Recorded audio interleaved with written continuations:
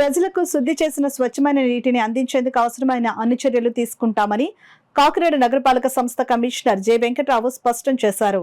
ఇందులో భాగంగా ప్రతిరోజు 10 నీటి నమూనాలను పరీక్షించాలని, కనీసం 25 మంది గృహ యజమానులను కలిసి మంచినీటి నాణ్యతను అడిగి తెలుసుకోవాలని ఆయా సచివాలయ ఎమ్యూనిటీ కార్యదర్శులను ఆదేశించారు. శనివారం ఆయన ఆనంద్ థియేటర్ సమీపంలోని ఫ్లైఓవర్ ప్రాంతాన్ని పరిశీలించారు.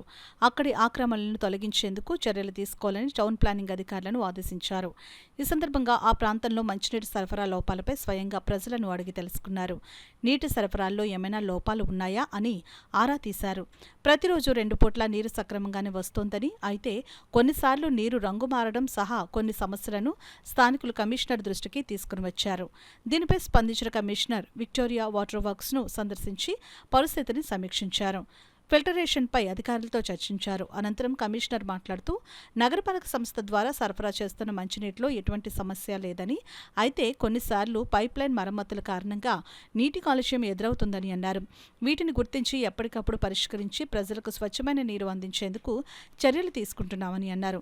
ప్రజలు కూడా ఎక్కడైనా ఇబ్బందులు ఎదురైతే స్థానికంగా ఉండే సచివాలయాల్లో గానీ, నగరపాలక సంస్థల్లో టోల్ ఫ్రీ నంబర్ 1800-4255-9990 నెంబర్కు గానీ తెలియచేయాలని సూచించారు. ఆయన వెంట MHO doctor Prithvicharan, DE BH Subbarao, sanitary supervisor Rambabu, ఆయా సచివాలయాల కార్యదర్శులు ఉన్నారు.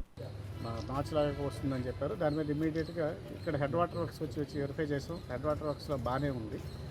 అందువే సప్లై లైన్స్లో ఎక్కడో దగ్గర కంటామినేట్ అయ్యి ఉండొచ్చు. అటువంటి పరిస్థితి ఏముందో ఒకసారి వెళ్ళి పబ్లిక్ స్టాండ్ పోల్స్ ఎక్కడైతే అవి ఇన్స్పెక్ట్ చేయమని చెప్పాం, అవి ఇమీడియట్ రెక్టిఫై చేయమని చెప్పాం. అదేవిధంగా ప్రతి హౌస్లో ప్రతిరోజు కూడా 10 శాంపిల్స్ కలెక్ట్ చేసి క్లినికల్ ఎగ్జామినేషన్ చేయటం. అంతేకాకుండా ప్రతి సెక్రటరీ కూడా, ఇమ్యూనిటీ సెక్రటరీ 25 మంది హౌస్ హోల్డ్స్కి వెళ్ళి వాళ్ళతో ఇంటరాక్ట్ అయ్యి వాటర్ క్వాలిటీ ఎలా ఉందో కూడా చెక్ చేయమని చెప్పాం. ఎక్కడైనా కానీ వాటర్లో ఏది క్వాలిటీలో తేడా ఉంటే ఇమీడియట్గా వాటి మీద యాక్షన్ తీసుకోవడానికి స్టార్ట్ చేయమని చెప్పి, ఇప్పుడు నేను ఒక దగ్గరికి వెళ్ళి చూశాను. అక్కడ వాటర్కి పైపు తీసుకునేదానికి కొంచెం ఇన్కన్వీనియంట్గా ఉంది. ఇమీడియట్గా దాన్ని అప్ చేసి అది రెక్టిఫై చేయమని చెప్పడం కూడా జరిగింది. ఈ విధంగా కంటిన్యూస్గా ఎవరైతే ఇమ్యూనిటీ సిబ్బంది ఉన్నారో వాళ్ళు వార్డుల్లో తిరిగి డైరెక్ట్గా హౌస్ హోల్డ్స్ వాళ్ళతో ఇంటరాక్ట్ అయ్యి వాళ్ళ తాలూకు వాటర్ క్వాలిటీ ఎలా ఉందో తెలుసుకుంటే ఎండ్ యూజర్స్ చివరికి వినియోగదారులు హౌస్ హోల్డ్స్ వాళ్ళే కాబట్టి వాళ్ళని అడిగితే కరెక్ట్ పిక్చర్ వస్తుందని చెప్పి ప్రతి ఎమ్యూనిటీ సెక్రటరీస్కి, ఏఈస్ కూడా ఫీల్డ్కి తిరిగి పబ్లిక్తో ఇంటరాక్ట్ అయ్యి వాళ్ళ ద్వారా ఫీడ్బ్యాక్ తీసుకొని తద్వారా మనం రియల్ పిక్చర్ తెలుసుకోవడం ద్వారా యాక్షన్ తీసుకోవడం జరుగుతుంది.